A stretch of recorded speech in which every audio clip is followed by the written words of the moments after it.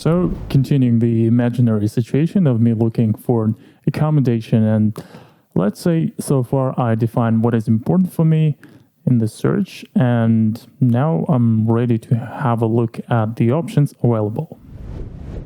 If we look at the map of Bishkek, there are 4 districts, the name of which haven't been changed since the USSR times. 2 of which are, by the way, calendar dates names, important during the Soviet times, like 1 May, the 1st of May, the Labor Day, and October is due to the October Revolution Day in the Soviet times.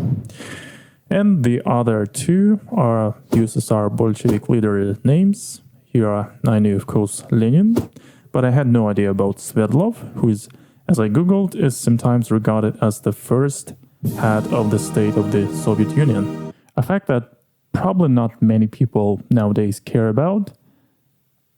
To make the map more recognizable, let's put the items that are usually proposed for tourists to visit as part of sightseeing of Bishkek. So these are the first items that came to my mind when I think of Bishkek in terms of locations. First of all, Alado Square, located in the heart of Bishkek, and the railroad that divides the city in 2. And of course, we need to highlight 4 major bazaars we have within the city: Osh, Ortosay, Alamedin, and the one that is almost out of the city, and the biggest one, Dordoy. Let's also locate the most popular mall in the city, Tsum, and some micro-districts that are located in the different parts of the city. So we have Рабочий городок, Jal, Asanbay, Tunguch, Alamedin, which is, by the way, technically out of the city.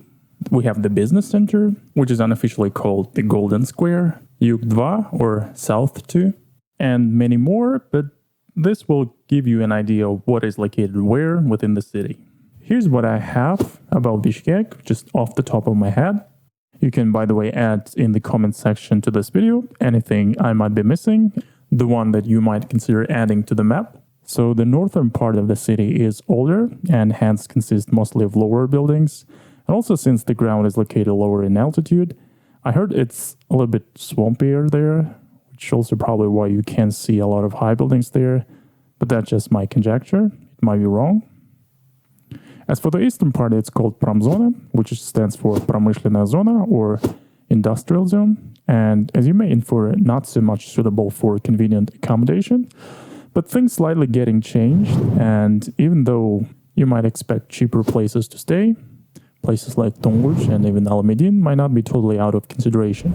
Anyways, I might be lacking some real-world information, so let me know in the comment section if it is the case. And the southern part of the city is comparatively newer in terms of architecture and mostly designed as dormitory area with rather high buildings and fresher air. And also here you can infer the traffic direction and its intensity during the day. So this is preliminary information that we can build our mind map further on. And if we remember the information from the previous video on our priorities in terms of choosing an accommodation, this might be a good starting point to look for a place to stay. And also to make a decision with several options at hand. So far, we add this information to the mind map, and in the next video, we'll try to look into several possible scenarios of accommodation choice with application of what we have learned so far.